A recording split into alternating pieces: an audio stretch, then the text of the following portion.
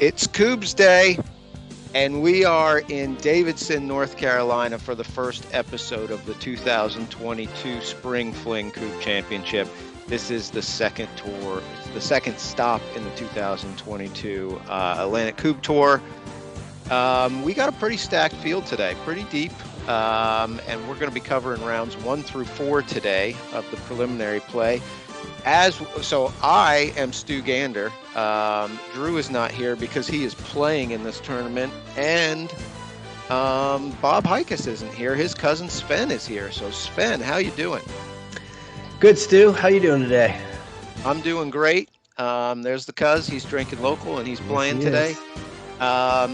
So, we joke around quite a bit about, we're professionals with air quotes around them. An actual professional, Kyle Weekland, took this footage. Is this beautiful or what? Absolutely gorgeous. Gotta definitely thank Kyle and Kubb on for this footage. It's fantastic. Absolutely. So here we are, second stop, AKT standings, top 10 right here. Top 4 in the standings are playing today, 8 out of the top 10. So these guys are going to be looking to get some more points to that. First match of the day going to be Pillsbury Throwboys, a team out of Raleigh, Kubb, playing Pitch of Dreams, a team out of Eau Claire who came down for this one. Sven, I'm going to let you choose who you think is going to win first. Well, if I had to choose on paper, it is the first match of the day, but I would definitely favor Pitch of Dreams with Adam Holtz and John Ellenson on this one. But no disrespect to your cousin, but that's who I would favor right out the gate on this one. Well, I'm taking, there's no need to be shy about it, because I'm taking Pitch of Dreams all day long in this one. Okay. Yeah, So Adam, the last time we saw Adam on the East Coast, he was winning the East Coast Kubb Championship. And he was making it rain loafs all day long. The guy had fire coming out of his hand. Yeah, absolutely dominating performance. Yeah, and so, you got a team here, that I don't know how familiar our viewers are with the Eau Claire Kubb scene, but obviously, as you just said, you just went over some of Adam's resume from last year, which was very good. And then John plays on a team called Flux Capacitors, which, they only got third in the country last year at Nationals. So pretty solid group here. Yeah, so this is, if I'm picking teams at the beginning of the day today, looking over the roster, teams that I think might have a shot at winning the whole thing, they are probably number 1 on my list. I definitely put them. I would say they'd be a podium team all day, no doubt about it. I think there's some talent here, Stu. We have, I would say, and no disrespect to anybody I might be forgetting, but I think we pretty much have all the best players on the East Coast here. I believe so. We got Kyle Weekland. Yep. We got Bob. We got Jake. Yep. We got Drew. We got Mike Davids. We got Mike Nick Bartlett. Horengic. We got Mike Horengic. We got Joe Dan Harbert. Corey.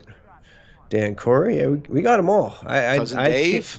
Cousin Dave. I can't think of anybody else who's good at Kubb, really, that plays a lot that's not here on the East Coast. I would agree with that. But I tell you what, not good Kubb being played right now. We start out 0 for 6. Yeah, the other thing that we do need to talk about that isn't really a factor yet, but is going to be, is the wind conditions today. Yeah. It is supposed to be blowing 15 to 25, gusting to 30 or 40 at some point later today. So we don't know exactly when that's going to kick in. Right now, it's really not that windy. Might just be a soft little breeze here and there, but it's not really windy quite yet. No, this is, the first match of the day. It's still pretty There tame. we go. Off the schneid. Sean picks one up. Oh, Sean picks 2 up. He's got the meatloaf. Yeah, he does. does. He gets the turkey. Oh, just shy. No Sweet turkey, loaf. but that's a meatloaf. Oh, that is some sweet loaf. That is some Yes. sweet looking loaf. Also sweet, I don't know if anybody saw, but the Pillsbury Throwboys got some new uniforms for this one. Drew picks one Oh, up too. That's that's a big time. fantastic turn by the Throwboys, and those are some sweet unis, I have to say. It goes with Drew's usual style of trying to infringe all copyrights, but absolutely fantastic. Love it. He's We just don't have baiting. copyrights in my country. He I don't know what you're talking about. he is baiting somebody to send him that cease and desist letter. It's gonna happen one of these times. You know, it's just a badge of honor for him if he gets it. He told me he sent an email to Pillsbury asking for permission to use the logo. And they didn't respond, so he took that as an okay. Yeah, green light. Yeah, perfect. That's perfect. Yeah. You know what? If you're not going to respond, then you have it coming. And plus, it's not like he's defacing the doughboy. No. It's not like the Everybody doughboy's doing loves anything inappropriate. Just throwing a baton. That's right. it. This isn't anything bad. Oh, nice Just, double. It's in pure honor and respect to the That's right. doughboy. But That was a sweet little fantastic. double there. That was That looking was. looked like there was no room there, or there wasn't going to be any double there, and he somehow knocked one off the other. Here goes Adam. Here he Adam might goes. have found his form. Oh, Ooh, yeah. He's got the loaf. Man, we got loaf all over the place. This is fantastic start to the tournament. And how about a turkey? Oh, gobble, How about gobble. that? Beautiful. Wow, what a back and forth there. Nothing to start out with in turn one, and then turn two we have a meatloaf and a turkey. Yeah, no, this is some good cube right out of the gate. No doubt about it. I know the Throwboys were in the first episode of this tournament last year, and I don't think hit anything the entire time. No, I believe I was checking up on that video, kind of doing some scouting there, and they played the eventual champs in the first round, and they didn't hit much. No, but I don't know that they hit anything. But they are capable. I mean, these guys can light it up. They get on fire. We've seen it before, and so you never know. And that's the thing. You got a deep field. You got to come to play. So let's talk about that deep field a little bit.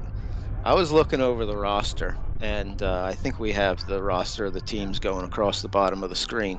Mm-hmm. But we're taking top 8 to the championship bracket, and I think teams 1, 2, maybe 3, they're kind of all jostle around. But then that 3 or 4 through 9, it's wide open. There's going to be a team that's going to have some pretty good experience that's going to be left out of the championship bracket. Yeah, it's very wide open, and I think the importance of a seed today could be big. But also because it's so wide open and because potentially this wind is going to be a massive factor, results could vary wildly based on a king lag. Because if the wind does start blowing like it's forecasted, it's going to be blowing at Drew and Sean's back. Yeah. Which strong. Would mean strong. Gale force winds. Which would mean the lag is going to be very, very important. So if a team that might be more talented loses that lag, they might take some L's today that they didn't expect, just because of it is going to be extremely difficult to not only throw an 8-meter against that wind, but also drill against it. Yeah. I mean, you're looking at that high miles per hour in your face, and if it's moving anything from left to right, or if it's swirling at all, then it's just going to be an absolute mess to drill and to throw against. So it could be a glorified lag competition as we get down into the afternoon. Yeah. But the other big thing I think environmentally that I see is, I don't know if you checked the video from last year, Stu, but shaggy. Where's the grass? Yeah, shaggy. What happened? It was very shaggy last year, and this year it's like we're putting at Augusta. I don't know what happened. Yeah. You talk about a change. We're at the same venue, right? I mean, this is the same place. Exact place. Yeah, that's insane. Yeah, I will say I've hung around the North Carolina area in the off season to be able to scout some more teams, and it's been a little. It's been a very cool spring, and I think the trees, the grass, everything is several weeks behind schedule right now. Yeah, looks like a nice drill there by Adam. Yep. By the way, they were just pointing at the pin there. We're playing the same rules we play every time. Pull the pin, 50% in, friendly neighbor. At least we're consistent. 246. Yeah. I feel like you shouldn't have to go over it every time at this point, and we've been doing this long enough. The other thing I wanted to talk to you about, Stu, is, you always call us the B commentating team, but at what point do we get elevated? We're getting close to out commentated Bob and Drew. That's true. As far as total time. But here's the thing: what you don't understand, we're the B team. Bob and Drew, they're the C team. So. Okay. The A team. It was a semantics argument then. I was confused. Yes. The A team is Al Michaels and Marty Brenneman. I see. I look forward to them commentating the East Coast Championship. Yeah, they ought to do a good job. I don't think they probably know much about Kubb. Oh, man. Well, they could learn. We're stuck here at 6 in play. Yeah, 6 in play. We had a turn where nobody did anything is the story there. So still 6 in play. So we have we have a blue swan out there. Yes. We have a couple swans on the Throwboys. Oh no! Oh yeah, a 1 swan. Isn't Swanee? Isn't he 22? Yeah, he's 22. Yeah. So this is just the a single swan is 22. Yeah. I thought you should know that. Do you know what the significance is of the 2 and the 21? Yeah, on the Throwboys. In the press conference last week, I asked them that question. Drew said that number 2, that's his favorite number. And then Sean said I thought it was because of 2 out of 3 for the meatloaf. No, that's good. That probably would have been a better story, but that is not it. Actually, 23. That would be a good number. That would be a good number, but yeah, maybe especially here in North Carolina. Yeah, maybe if we would have had this conversation a couple months ago, that would have been it. But yeah, and then Sean, I think at 21, he just told me he was always 21. So winner chicken dinner. Yeah, he's in. We got 2 Reeds in the field today, Sean Reed and Jeremy Reed. Yes, Jeremy from Northeast Maryland, playing on the Ice Kubbs. Ice Kubbs. Their first big. Well, I guess they did travel to Pennsylvania last year. They did East Coast. Yeah, they played East Coast, PA, and that was a nice blast right there. And here, I think that was a quad. It was gorgeous. Quad double or triple?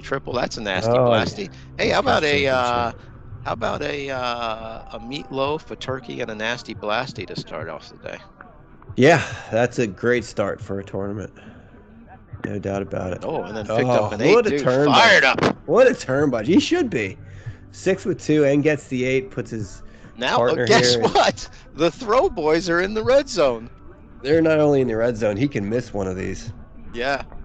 This is they're barely hanging on. Oh, that's some filthy Kubb. That is. How about an upset to start the day, Sven? Oh, fantastic. The Pillsbury Throwboys knock off Pitch of Dreams. Boy, and they are stunned. They're stunned. Yeah. And they're going to have to dig their way fired up off the mat. Yeah, let's see. That's some pretty good stats to start things off. Throwboys 1.5 and 50%. Pitch of Dreams 1.5 and 30. K-score of 81 and 58. We'll talk a little bit about the K-score in the second round, but just know that 81 is a really good score. 81's fantastic. That's high quality. And by the way, 58 is pretty good too. 58 is better than average, I can say. So here's the rest of the results from the first round. Rimshot gets a win. The Piss Missiles, first victory ever for Brian West. And here are the current standings. Don't worry about these because these are going to change quite a bit as we move forward. Yeah, they will have big swings. So since our last broadcast on the Scuffle with Shuffle, the Kubb world kind of lost an icon, whether he knew it or not. So we thought we would take a moment here to remember that.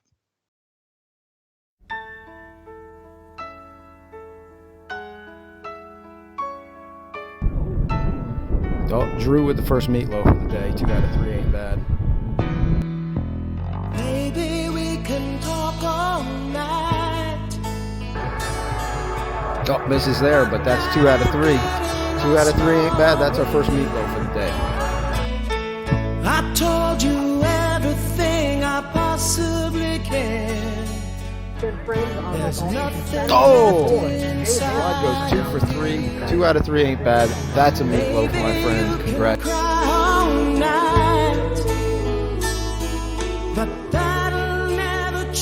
Oh, that's a nasty meatloaf, though. Yeah, but I tell you what, you don't get a turkey, but some meatloaf is pretty tasty.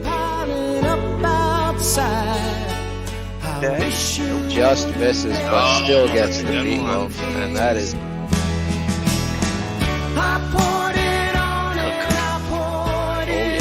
And there he picks up the meatloaf. Oh, very right, big Mr. Loaf.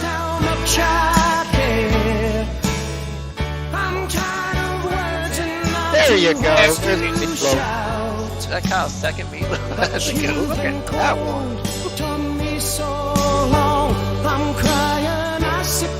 And what do we have here? We got There's meatloaf. There's a meat. And all I can do is keep on. Oh, that's your meatloaf. That's meatloaf. There you go. That's nothing.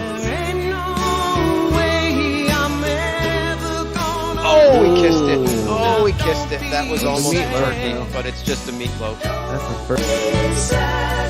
Cause 2 out of 3 ain't bad. Now don't be sad. Cause 2 out of 3 ain't bad.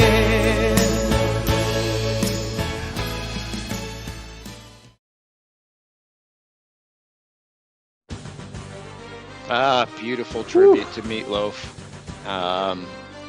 Rest in peace, my friend. Sven, thoughts? I don't know about you, Stu, but somebody chopping onions in here. This is There's definitely some sulfur in the air or something. That was touching tribute by the graphics department. Those guys earned their money today. Yeah, they did. So, second round matchup, we have the Varangians out of Ohio against a North Carolina / PA team in Rimshots. Rimshots played together at the Blasters last year and came in second. It's a very good result. Yeah, and this is the first time we've seen, Varangians since East Coast Championship, but this is the first time they've played since their awesome run to a T13 at Nationals last July. So, yeah, so that is big time. T13. Definitely. So very exciting. It'll be interesting to see what the Cuz and Dan Corey can put together in this one. They did have that great run at Blasters. Dan's been. I'll stand by this. That I do believe Dan, from what I've seen, has the best first year of Kubb from nothing to this that I've ever seen. His results. I would agree with that. His results in the last year, his first tournament he ever played in was East Coast, got T5. Yeah. And he's basically just been right there every single event, and he just keeps getting better. So. Yeah, wouldn't be surprised to see him sitting on top of some podiums in the not so distant future. Nope, not at all. Dan Corey, I don't know if you saw the graphic to begin this one, but had a flash of the 2 players in this one who have a score in the Atlantic Kubb Tour. Dan Corey in second, and I believe cousin Dave was 5th, something like that. He's 5th. Yeah, Dave's a good player as well, and he's been traveling. I mean, he's been everywhere. It's like, everywhere we turn, the Cuz is making an appearance. He got that the silver bracket shovel at the Scuffle, Yeah, which the is a mini great shovel. result. And yeah, no, he's playing well too. And I don't even know. Like, we're gonna have some tough picks, man. I don't know who to pick in this one. I really don't. I guess I'd maybe lean slightly on Varangians. Maybe I don't know. At least Rimshot's a little more experienced as of late, as far as they play a lot more. Yeah. So maybe I give them the edge on that. Yeah, I don't know. So let's give Rimshot the slight edge on my call on this one, mainly because they played a lot more in the last 8 months, but 9 months. Here's my question for you. You think Dave is going to get hot? It's early in the morning. It's a bit cool out. You think he's going to get hot real fast? He might. He's not drinking local quite yet, I don't think. Yeah, it's 9 o'clock in the morning. So, I mean, yeah. we're not heathens here. Yeah, I think it comes down to, I don't know. Really close match. If Cousin Dave gets hot, it's over. But whether he does or not, that's a different story. I'll just take the other side of it. I'll give the edge to Varangians just because you said you gave the edge to Rimshot. Yeah, I'm changing my mind again. I'm going slight edge to Rimshot, and the reason is, oh no, maybe the wind might pick up a little bit, and the wind is going to be coming at their backs. Yeah. I know it's not really blowing yet, but it creeps up from time to time. So yeah, I'll give Rimshot the edge. And I flip-flopped as well. I started out with Varangians and flipped the other way. I think we're going to see issues with this all day as far as picking. Like, normally in the last, what's this now, my 4th event, right? Yeah, so I did PA, I did Blasters. Blasters, our commentary got cut short by the logistics department and the weather department. Yeah. And we're hoping Speaking of the weather department's failing us again today. If this weather comes that they're talking about, sounds like the weather department's failed us 2 of the last 3 tournaments. Yes, but we're hoping logistics is prepared for this wind that hopefully the weather department at least gave them the heads up, and because the logistics got completely blindsided by the wind at the Blasters. Yes. That the weather department really didn't come in. It wasn't bad at the Scuffle. The issue was the weather was coming and they had to get the heck out of town. That was the big deal with the Scuffle. I think we're just picked up Dave just picked up a nice clear, by the way. That was a pressure clear and an awkward distance. That was a nice shot. Well, that was a penalty you don't want to throw, especially. Well, I've said this so many times. Yeah, you don't ever want to throw a penalty, but throwing a penalty with 2 in play is that one hurts. It's not like you're not going to pick it up because you should, but it just hurts because you're just throwing away 8s basically. But yeah, let's talk. We said we were going to talk about the K percentage a little bit. We're going to call it the K score, K percentage. I don't know, something like that. So we have 26 subscribers now, and I don't know if our audience knows this, but for every subscriber you get, YouTube gives you $10,000. So we've reinvested that money into a statistics department. Yep. Doubled down. We doubled down. So the way you calculate, so we've been doing these videos now. We have records of, I think it was like 92, 93 matches. Essentially, we've got 8-meter percentage and coups per baton for 93 matches, whatever it is.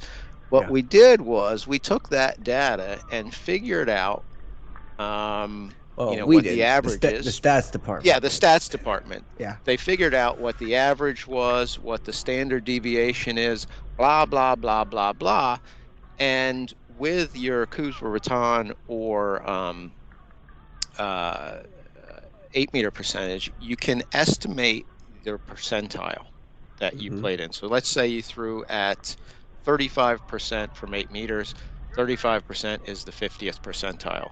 And you threw 1.1 cubes per baton. That is, the estimate is that is the 50th percentile.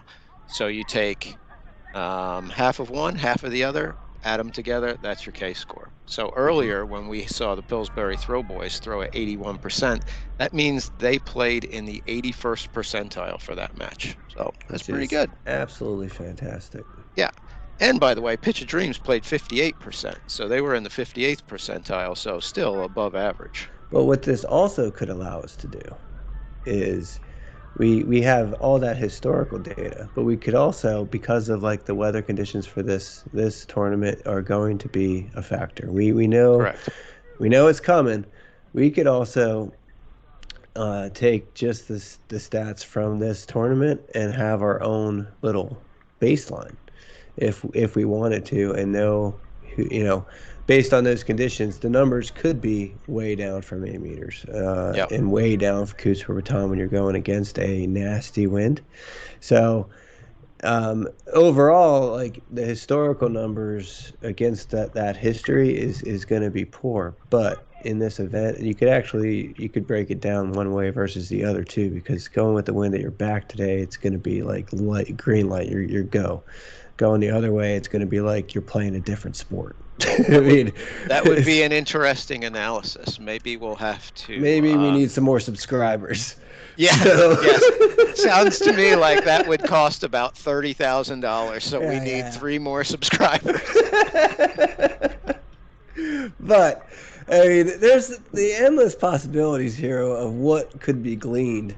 But basically, the cool thing is you're basically boiling this down to a number that's meaningful, and because we've seen these stats now for a while, and the stats as time has gone by have gathered more and more meaning. I mean, you can see, we know what a good number is cubes per baton, and we know what a good number is 8 meters. But to pull those together and say this was a nice performance, that was a good game, you guys were 81 percentile. For what we've seen is absolutely fantastic, and I think it just helps give the sport a little bit of an extra edge. Oh, we got some cut in here. Playin For Chubbs versus the Piss Missiles. Just closed them out. Yep. Is defending champs. Yep. So Piss Missiles won their first match, lost their second. Yep. So now that we've been talking about essentially about the K-score. Yeah, listen, I haven't paid attention to any of this so far, but it's essentially what it comes down to is you can look at stats and you could say, oh, this person was 2 cubes per baton. We know that's a good number, but what the K-score answers is how good of a number is that? Mm-hmm. So if they were 80th percentile, you would say, oh, wow, that's really good. The other cool thing is it's a good number based on all we see in the East Coast. But as time goes on and we get more and more and more data, which we're going to continue to do because we're obsessed with this game, it's going to become more and more meaningful. As these players, I mean, I think what we're seeing too in the East Coast is just the players are getting way, way better. I mean, you know, the level of play is just better. You saw it in the first round. I mean, you got this team from Eau Claire that, you know, they're coming in here expecting to win. I mean, you don't drive 16 hours not expecting to get a result. You love Kubb, but they're a good team, and they just got Pillsbury Throwboys right out of the first round. So, you know, I mean, that happened. We saw it. Yeah, we have. But I don't know. Maybe today's just going to be crazy. We started out with an upset. We have wind supposed to be picking up quite a bit later on. Mm-hmm. Yeah, I think it's going to be interesting. There's no doubt about it. I think anything can happen, but I think this field is deep enough. I mean, what do we have? 13-team tournament? Yep. It's probably the deepest 13-team tournament I've ever seen. Yeah. I mean, just top to bottom, there's a lot of every good player that we know of is here as far as the East Coast is concerned, and a lot of them are teamed up and they're bringing it. So it's gonna be entertaining. By the way, I'm starting from time to time seeing some pants waving a little bit. So I think the wind is going to be picking up quite a bit. You know, maybe not as bad yet right now, but I think later on. Oof, That was a nice double. that was a real nice double. Like Keith there. Jim stepping up, looking to make it rain some loaf. Jim can knock down the eights. As I've seen him do it. I've seen him do it in this tournament before. Yeah, definitely. Oh, he's just short. No, maybe that wind is picking up. Yeah, these are two teams that I wouldn't be surprised to see in the, I don't know, 4 or 5 seeds, somewhere around there. Definitely can happen. I mean, I would say, if I was going to predict, before we knew about the wind, just in general, I would have both these teams fighting for a possible podium spot right around that 3, 4, 5 range. Yep. No doubt. And if any of them gets absolutely, on fire, you never know. But realistically, that's where I'd be looking for these guys, which in this field is a fantastic result, no matter who you are. So, yeah, it's going to be an interesting one. We're stuck at 4 right now, though. Yeah. So Davidson, North Carolina, just outside of Charlotte, not far from Concord, where we have the scuffle for the shovel in January. A little more north instead of northeast. Yeah. Outside of that, that's where the school is too, Davidson. Yeah, that's where Steph Curry went to school. Yeah. Yeah. Is it Davidson College? It's Davidson College, I believe. Yeah. Okay. Yeah. So outside of the wind, the pitch conditions are, great.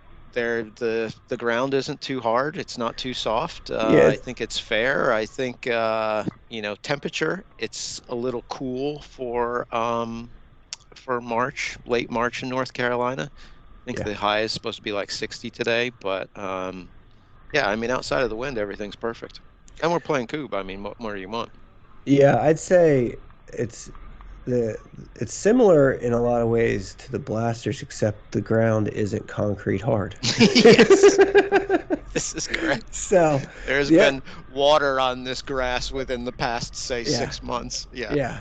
The other thing that is going to save the day potentially is the Kubb sets. So we're playing with Kubb Spell Classic sets, which are extremely heavy. So if you have to play in any kind of wind, you want heavy Kubbs, you want heavy batons. So that's going to help. If we were playing with like Poplar or the Blaster sets that are Drew Gander specials, that would be Douglas first. That would be difficult. Yeah. Yeah, but I thought you were going to say the day was saved because we're getting pizza for lunch. No, that's always a good thing. But I put my order into Mike. I told him I wanted one with reindeer sausage on it. He said he's got me, so I'm pretty excited. I thought you were going to be like, yeah, I was looking for some squirrel. No, squirrels. No, reindeer pizza. It reminds me of home. All right. Yes. Well, my name's Sven, so I'm named after a reindeer, for the love of God. Yeah. At least that's what I think he is, right? I don't know. Is Sven from Frozen a reindeer? Somebody should Google that. Where's the research department? I've seen it once, and frankly, I wasn't really paying attention. So. Yeah. Well, we don't have to worry about a Sven loaf on this one. No. That only comes up on the 1v1s, I believe. Well, I guess you could. I'm not keeping track of it. It's too hard with teams. Too much hassle. I'm not doing it either. Yeah. Yeah, I don't think we've got no 3-person teams in this game, in this tournament. All 13 teams are 2 because everyone's coming to win, man. Not that you can't win a 2-player tournament with 3, because it's happened before, but it's just it's a level of difficulty and one extra variable that, frankly, with this type of field, you don't really need. Yeah. So it's a little extra complexity. It can definitely happen. We saw it last year with the snipers in the final. Yeah, we saw it in the East Coast last year too. Yeah, we did. So I mean, it's definitely possible. But you generally, I think, Your most competitive teams are going to be 2-player teams in a 2-player minimum. You know what? What is high today is the pollen count, and so I apologize if you hear me coughing from time to time because the pine trees are doing it right now, and the pollen is all over the place. Yes, another penalty there by Dan Corey. It's gonna be tough to. You keep spinning your wheels here at these low numbers. You can get this double though. Oh, just missed it. I thought I heard some rumors out at the water cooler that the graphics department was thinking about making a graphics for the penalties. You heard wrong. Well, all right then.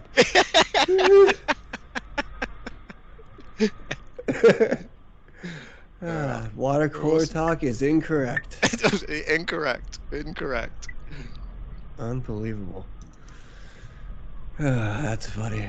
I don't think it's water they're serving out of that cooler. You might need to check your glass. Yes. That's good stuff. All right, we are spinning our wheels here, Stu. Stuck at 4. These guys cannot make any ground. Why is it? It seems like 4. You see matches get stuck sometimes. When they get stuck, they always get stuck on 4. I don't know why that is. I think it probably has to do with if you're just off on your drilling and blasting, all of a sudden 4 becomes,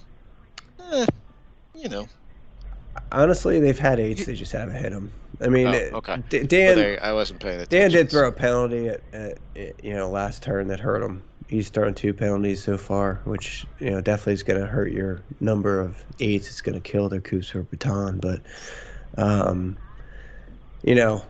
we saw Jim here get 3 8s to 1 turn and go for 3.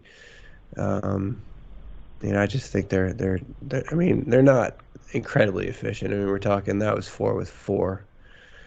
So, but they're just not hitting them. Jim just throw that with front curve. What do you call that? The forward flip? No. The forward flip? Yeah. No. Oh, I thought it was. Oh, there we go. There's an 8. The front curve. I couldn't remember. It was like Still. I don't even know. Like You're a little rusty, aren't you? Well, just trying to think of how to throw that. There is no way. I am incapable of doing that. I think. I don't even know how I would do it. I've gotten a lesson from the inventor of that one, Mark Oman, and it's a completely different throw. I mean, you basically got to learn. It's to me, it's almost like learning to throw left-handed. That's not quite, but I can do nothing left-handed. And when I think about throwing the whatever you called it, not front forward flip with my right hand, it in my mind, it feels like I'm throwing with my left hand. It would just go all over the place. You open-hand it, kind of I think as Drew has said in the past, Kyle holds a baton like a hot dog. Oh yeah. I had to figure that one out because we don't have hot dogs in Sweden. But yeah. Anyway, it's kind of like an open hand like that, but it's kind of like you push it. You push that end of the baton rather than flipping that end of the baton under. You know what I mean? It works for him though. Yeah. Mark, that is, yeah. It's definitely the issue is for me is I don't know. I like the fact that my grips on the baton and generally the motion, everything's the same, whether it's a blast or whether I'm shooting at a king or a penalty or an 8. So that consistency eventually Cousin Dave you'd think would pay off. Yeah. Oh, nice pickup. Pressure clear. And I don't know if you saw it, it's probably been 2 minutes ago now, but there was the 5-minute warning. So Okay. 25-minute time limits on these preliminary matches. So I probably missed that when I was laughing about the water cooler talk that apparently I completely got wrong. So no, yeah. Yeah, so there's something less than 5 minutes remaining. I think we've been jib-jabbing for 2 minutes since then. So yeah. Well, yeah, so we're in currently minute 22 or so. Brandons do have the lead. If this were to go to time, they would get the tied leading. Yeah, the .66. Yep. Nice looking group here by Keith. Yeah, that's a money shot right there. Good stuff. it's close, yeah. Yeah, that one just laid the wrong way. It wasn't a bad shot. Looks like he's got maybe a triple there. Yeah, maybe a triple and probably 2 singles, but who knows? Well, that would at least get some batons in Jim's hand. Mm-hmm.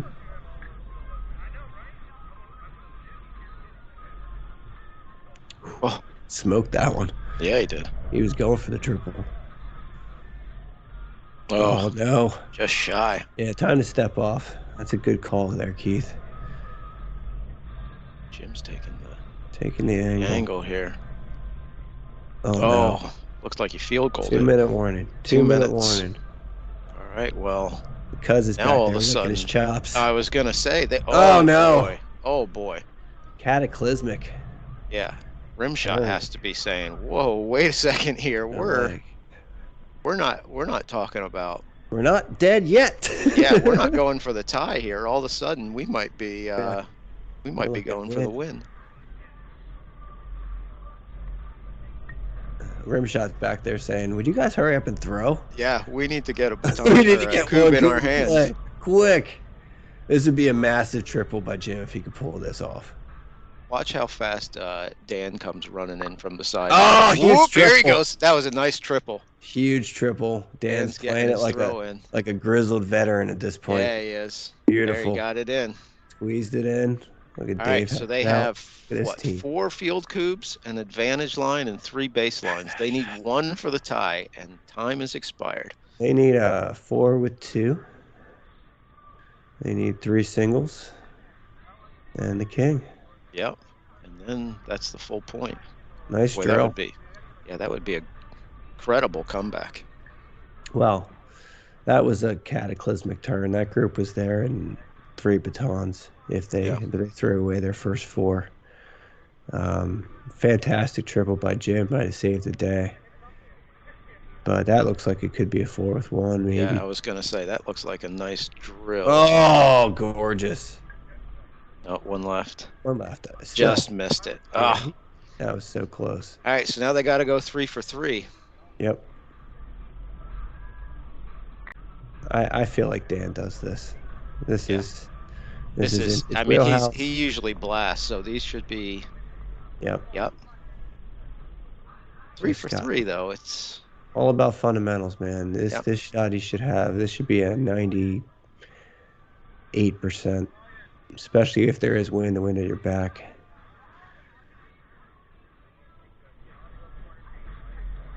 Beautiful. Oh boy, 1 for the king. What a comeback! But it's the cuz. Oh no! Oh no! Oh, now they're rushing. Look, somebody. The cuz is the only one that knows CPR. We saw him use it last tournament. Yeah. Over. Oh, incredible finish. Time's out. Oh. 0.819, 0.722. Yeah, that was some tough sledding there.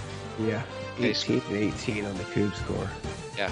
But Rimshot picks up the extra third of a point, I guess, because they're leading. So how about that? Kraken Stache takes the win. That went too fast for me. But here we go. We're starting to fill up some, we starting to see some things here. Kraken Stache. Bubbling up. Yep. Oh, let's see. Third round match, Playin For Chubbs, Kraken Stache. 2 teams that are 2-0, and a whole lot of Pennsylvania going on here. Yeah. Maryland.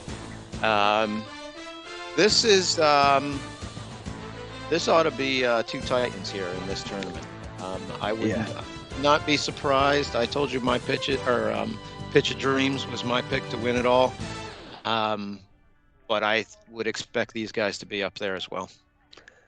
Yeah, I didn't know that you went as far as to say Pitch of Dreams was your pick to win it all. I don't really have a pick to win it all because it's so darn close. I mean, we saw Playin For Chubbs last year just dominate this tournament. I mean, absolutely dominate it. But this is a better field, I'd say, than last year. We got two Kubb Staches going off against each other, which we saw at the PA Championship with the Swan and the Squirrel taking the title there. We got number one in the AKT standings, Bob Hikus. Yeah, we do. Bob's won blasters in the scuffle in a row here. He's going for 3 straight. He's also going for 5 straight spring flings. He's won 4 in a row, these bad boys. 2 of which with Jake. So who knows, man? I favor Chubbs in this one, but we're splitting hairs, man. These are all going to be close, especially until this win really picks up. Who knows? But I'm gonna go with Chubbs again, just because, what was that second round matchup? I had no idea, but I figured maybe there might be a gust to win, so I'll go with Chubbs again since they're with the wind. Mm-hmm. But I mean, it could easily be the other one too. Who knows? I mean, Jake and Mike Horengic are both obviously fantastic players, and Joe and Bob can both bring it. So I mean, it's just going to be whoever gets hot. Whoever gets hot. That's what's gonna. Some team gets a turkey, something like that. Probably gonna be the difference. This one's easy to keep track of. Bob hits this. It's the team Sven loaf.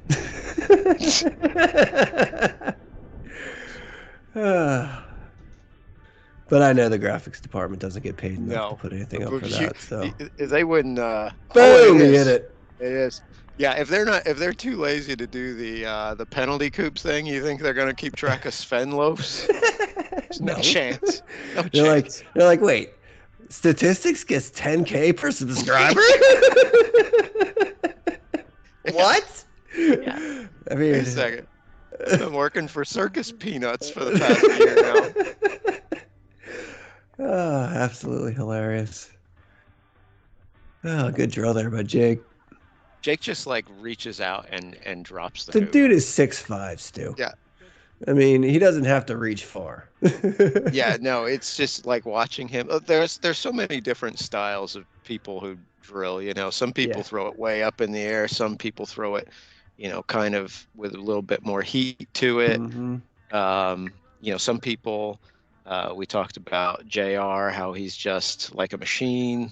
Yeah. Jake is kind of like a machine too, but he just kind of reaches out and drops it really. Yeah, just plops it right in the basket there. He's got a nice 3-2 here. And he hit it. Beautiful. So these guys are going to deploy the kind of similar style to Chubbs as far as like to split some 8s. Yep. I tend to find that doing this, if you can do this effectively, you can really have a nice consistent 8-meter percentage, because everyone's getting equal 4s, equal 8s. I believe Mike Horengic is 2 for 2 right now. Yepper. Oh, so he's 2 out of 3 ain't bad. So that is the multi-turn single player. Is that a Stu loaf right there? No, I'm not putting my name on that. So, but that's the thing out of these two teams, is you're not going to see a lot of turkeys. You're not going to see a lot of meatloafs because they're split 8s. Yeah. So that's the disadvantage. You don't get the wow factor. Until you get to the end and see what the 8-meter percentage is now, because exactly. I think Kraken Stache is throwing at about 60% or so. And Chubbs right now is 2 out of 3 going into this turn. So yeah, it's quality. So our research, our stats department. So if you want to look at what the average is for each stat. Average Kubbs per baton in a match is 1.1, and average 8-meter percentage is 35%. So you can decide if you're above or below average. Raleigh Kubb had actually put together a spreadsheet so that people could go figure out their K percentage, but then forgot about it and can't remember what that sheet is called. So,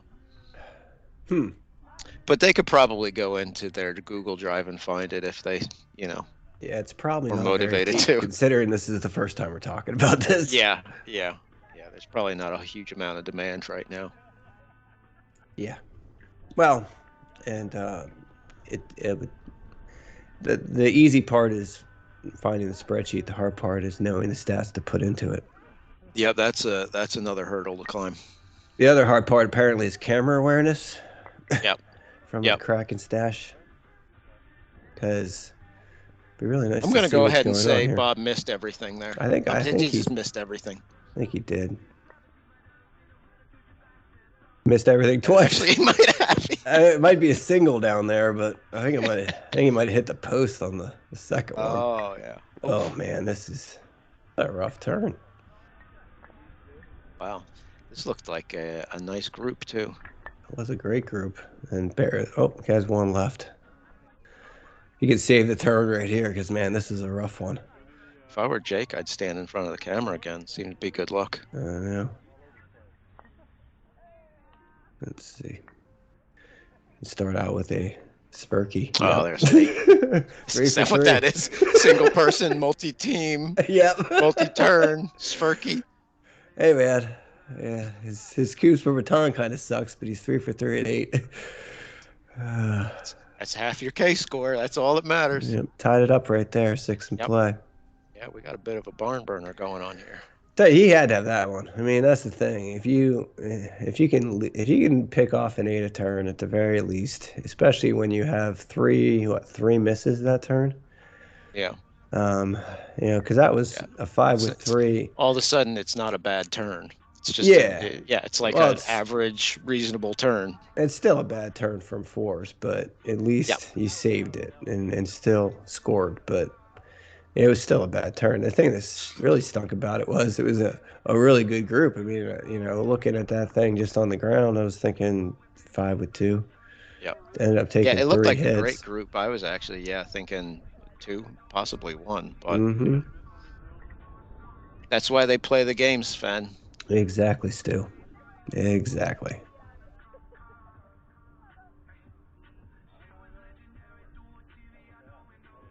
So did you ask Jake why he didn't bring his wide-brimmed hat? I did not. But you're correct. That isn't out today. Maybe he got sick of us making fun of him. I don't know. Wasn't making. Believe me, if anybody saw my style, they know I have no reason to make fun of anybody. Okay, maybe it was just me and Bob making fun of him. But All right, they're gonna be in the red zone here. Yep. Yeah. They're hunting for the red zone. And a nice single, little squirrel action there. Yeah.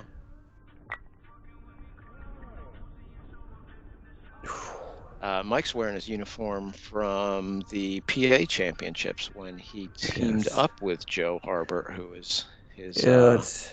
It's kind of ironic considering Mike is actually a Keystone Kubb member. Yeah, it's a bit traitorous, isn't it? So yeah, it is. I mean, if Joe Harbert is the swag king, Keystone Kubb is the anti-swag. We have no swag whatsoever. Never made a shirt, never made a sticker, never made a hat, never made anything. Doing this for a long time, Stu, but no swag. That's not just a regular old T-shirt either. That's one of those performance ones. Oh yeah. Sweat wicking. So. Yeah. I mean, Old Kubb's been around for like 2 years now, and they have 10,000. It's almost like the main score. There's a swag score. The Nick Bartlett main score of 100 and. Oh yeah. My main score of Drew Danver score of 0.0. So if there's a swag score, you have the Old Kubb at the swag score of a solid 94. 94. And wow, the Keystone Kubb has a swag score of a negative 65. It's pretty. He's got some pretty good swag. The director of this tournament, Mike Davids. He does. He was handing out today custom poker chips to previous winners of his tournaments. Mm-hmm. And if you get a chance, check out those. That was a pretty cool idea. Yeah, they are very cool, and I thought it was pretty funny. You know, he gave Bob one, and Bob's like, "Can I get like 6 more of these, there, buddy?" David's told him to shove it up his, you know.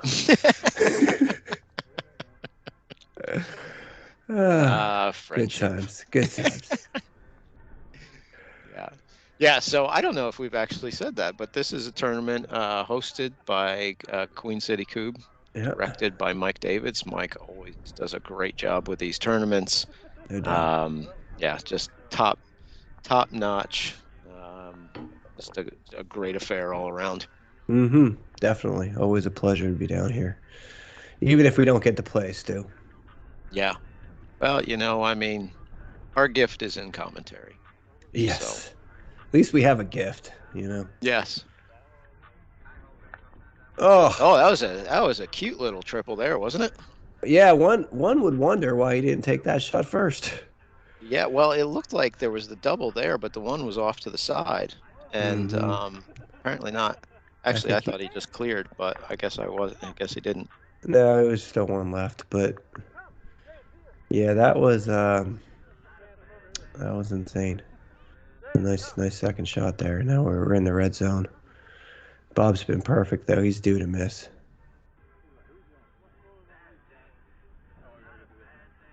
Yep. See, cursed him. Yep. Curse. Well, you know, you go 3 Sven for 3. curse. Now he's 3 for 4 for the match. I mean, that's nothing to be upset about. No, but I'd take 3 out of 4. No, Joe's picking him up. Yep. That one was solid too. Rock solid. If he hits this one, it's going to make Bob look like an idiot. Oh, good. Nope. If he hit that one, be like, well, you should have saved yours for the king there, chump. Chump. So what, 7 in play now? 7 in play. 7 in play. Bob and Joe take the lead there. Yeah. Even at 6-5, Jake's got an armful there. Yeah. Yeah, it doesn't even look like he. Oh, that's a toss. Doesn't even look like he has to really even release it much beyond that. You know, he's like so close to the line when he releases the darn cube. It's ridiculous. Yeah. His drilling conditions do look nice until this wind starts blowing. I think maybe Jake should have to stand, like it should be a rule. Jake has to stand 2 meters further back when drilling because it's unfair. No, they don't raise the basket if you're too tall in basketball. It's unfair to the alligator arms out there.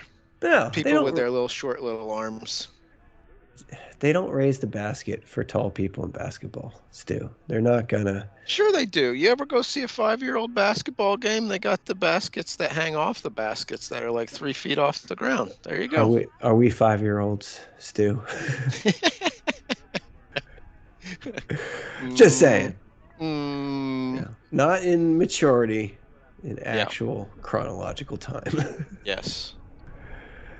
But it looks like there's a whole mess of cubes right there. If he could hit it well, he could pick up 5 or 6 here. I think he starts with the right, which he didn't. Or 1. Yeah, I think he was hoping for a little action both on the cube and the baton, and just got the single. But he still has a nice potential on this shot. Came up short. Yeah, time to step away. Mm-hmm. It's always nice to know you have Mike Orenjic sitting there in the wings if things go awry. Yeah, that's the beauty of teams like this is, if you can have off turns and feel like it's okay as long as you both don't have off. Oh, there you go. He almost got robbed a little bit there. I think he did get robbed. That one, the one on the right. I don't know how that's up, and the one on the left rocked hard. Yeah, I think that's it scooted. It moved. Oh, that was a close double, too. Now we have 2 pressure shots now here. we got a pressure clear. There's 1. This is a tough shot. Yeah, there's not a whole lot showing. Oh, and no. clanked off of the front one. Give up the advantage line. Boy, that's a tough one there. Unfortunate. Oh, It's like we going got into Das Dasku. Kube versus Oh, look at that. Mike Davids with the trick shot to win it. Oh, What a beauty. What a beauty. That's gorgeous. That's style right there, baby. He's got the Magic Guy shirt on again, too. Yeah, he does. Beautiful.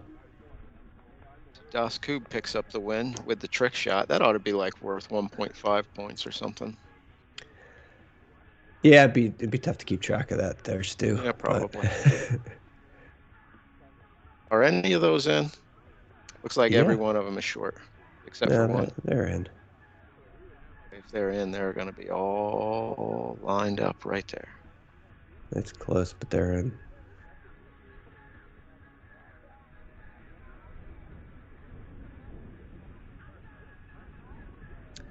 All right, we got to think this one should be over. Yeah, you would think so. Oh, yeah. Oh, wow. They're all right there. Yeah, this one's over. Over. Over. See what he can do here. Yep, that was well done. Good for the sideways double. Yeah. Nope, nudged it. Yeah, still should be okay, though. Yeah, just gonna let Joe take this one, see if he can get a little squirrel action. Or a runner. Running squirrel. Oh, Whew, gave it a boy, I run. started out hot. That was the hair right there. It started out quick, slowed down. Look at those Oh, pants you- blowing, man. I was just going to say, did you see those pants start to blow right there? Uh-huh. Little Mother Nature. Oh, there we Got go. it. All right, so I'm going to go ahead and put this one in the book and say it's over. Yeah, it's over. So Playin For Chubbs is going to move to 3-0. That is a big win in the standings right there. That is huge for both their points as well as their opponent points. 1.357 versus 1.4 and 33. There's me. So there you go. 80% and 58%. Again, very high level play. Kraken Stache picking up points on the blasting and losing points on the 8 meters. Let's see. Varangians picks up another win. They've reeled off 2 or Took 3 out in the a row now. Throwboys. Yeah, took out the Throwboys. Throwboys started out hot, haven't done anything since. But they're still hanging in there. Look at the Cuz up there at second, too. Yeah, that's good big stuff. time right there. So 4th round matchup, our last match of the day on the quadruple header. We're going to have the Pillsbury Throwboys again that we saw in the first round where they had the big, what? Drew. What? Featuring himself. He's featuring himself. Yeah, you know how he's a jerk. He's a jerk. Everybody knows it. Everybody knows it. Everyone knows it. Yeah, so Throwboys, we saw them in the first round playing well and then have done nothing since. So see if they can't get back on the right side of the equation here. I would favor them in this matchup. We did see this is a different version of Oops, I Cooped My Pants. They split into 2 teams from last year, but we did see them here. They were a new team here last year, so they lack a little experience, but they make up for it in enthusiasm, and we should hopefully see the Throwboys get back on track here. Yeah, so Oops, I Cooped My Pants. Man, funny guys, funny people on that team. Go talk to them if you see them at a tournament. You'll walk away laughing. See if Sean can make it 2 for 2. Oh, negative Ghost Rider. Yeah. Good open though. Yep. Take that. It's always good. There's a sinking feeling you get when you start out 0 for 2. All of a sudden you say, "Oh boy, I'm behind the 8 ball already." Yeah. I like going first, but I don't like going first if I go 0 for 2. Well, I'm fine with it as long as the other team doesn't pull 3 or 4. You know.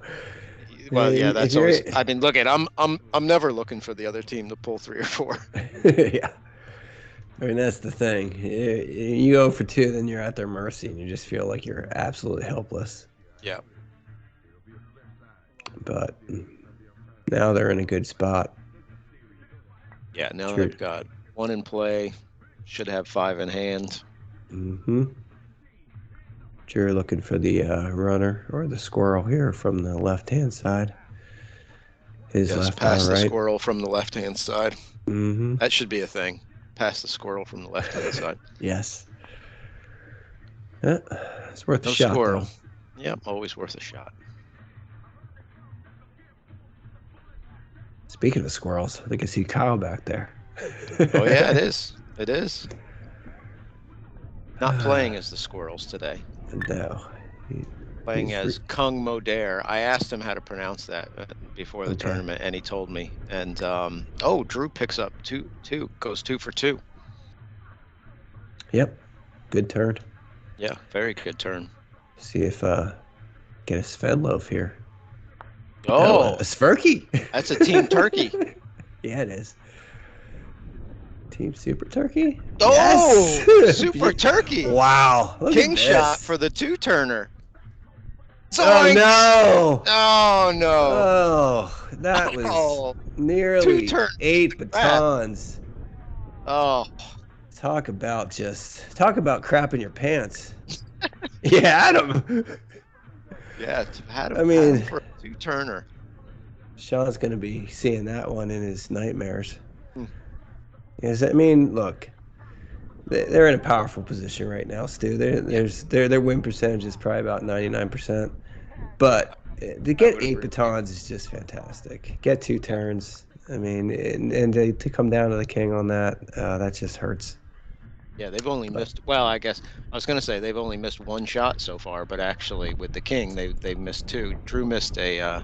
Drew missed or Sean missed an 8 to start out. Yeah, one of them missed an 8 to start out. Sean missed an 8, but still, their 8 percentage is 5 out of 6. Yeah, is absolutely fantastic. They're gonna. That's the other part of the whole K percent that gets you. Like you can be massive as far as if you're half that score is your 8 meter percentage, half of that score is your coops per baton. So if you have 5 out of 6 8s, you're going to be like 99 percentile 8 meter on that. And so that's going to be, you're already going to be sitting at like 45. Yeah. And so then coops but then per on the baton other right hand, now in is this only 1 for situation- 1. Yeah. Well, in this situation, there was only 1 field cube available, Yeah. and they hit it. So but you their got average your, would but be you're 1 1.0. coup per baton, so you're 50%. So I mean, you're going to be right at 50. So you're probably going to be, so that's going to be what 25 on top of 45. So I mean, that's only going to give them 70. But still, so that's where it can get a little skewed. And some of these short games, especially if the other team doesn't put a lot of cubes in play, the number might not look as good. But if you broke it down into each score on its own, you would see that they were 99 percentile from 8 meters, which at this point is basically what I'm expecting them to be, which is fantastic. They can help their cubes per baton now if they come up with a gigantic 5 with 1 would be great. if they do it 5 for 1, we might be looking at like a perfect score. I don't know what a perfect score would be, but wouldn't be far from that. I believe that would be basically 100, wouldn't it? Well, no, but I mean, I don't know how many cubes per baton do you need to be full credit, Yeah, I mean, I know I would assume from 8 meters it has to be 100%, but yeah, I mean, if that number is, if it's above what, I mean, let's just throw out some. We've well established that we basically don't know what we're talking about, so we throw out a lot of there. So we're gonna throw some there, but let's just say, if you're above 70, you're really high level. Yep. And so, we've already seen a couple 80s. Which as a team too is also fantastic. So anything above 50 is good as far as what we know, but it's going to be more meaningful as we go on here. Agree. Looks like a nice drill by Drew there. Yeah, no doubt. If I look at the tents in the background, starting to see the it's not just the tents, it's those tablecloths. Yeah, the tablecloths are starting to see them move. The bags on the trash cans are moving a little bit. bit. Yeah, This is our last match of this episode, but I'm going to guess by the second episode, when we get in rounds 5, 6, and 7, wind might be howling. Oh, nice triple there. It is going to be a huge factor, and I think we're going to start to see play going the opposite direction that the Throwboys are throwing in right now. Become basically like you're playing on Mars. I agree with that. Yeah. So the Throwboys finish it off that time. We'll look at their stats, but I'm expecting this to be some pretty numbers. 1.583, 89%. How about that? Wow, that third helped them. Yeah, that's one of the highest scores we've ever seen. Yeah. Pretty impressive. I think maybe the Throwboys just need to be on the broadcast every time, because that's the only time they actually play worth it. Whatever.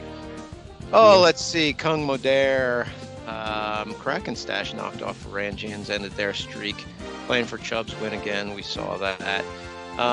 So Playin For Chubbs looking to repeat as Spring Fling champions, now at the top. Kraken Stache. Dreams came off the mat. Yeah, they did. How about My Pitches at number 6? We haven't seen them yet, but that is a team who one person has played one. Pitches. They've played one tournament before, and one person who's never played before. So 6th seed, that's pretty good. Where my pitches are at. Yeah, that's right.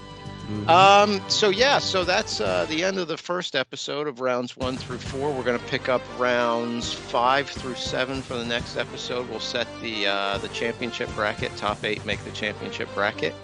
And then from there on, we'll have quarterfinals, semifinals, finals. It's going to be 5 episodes total. Woo!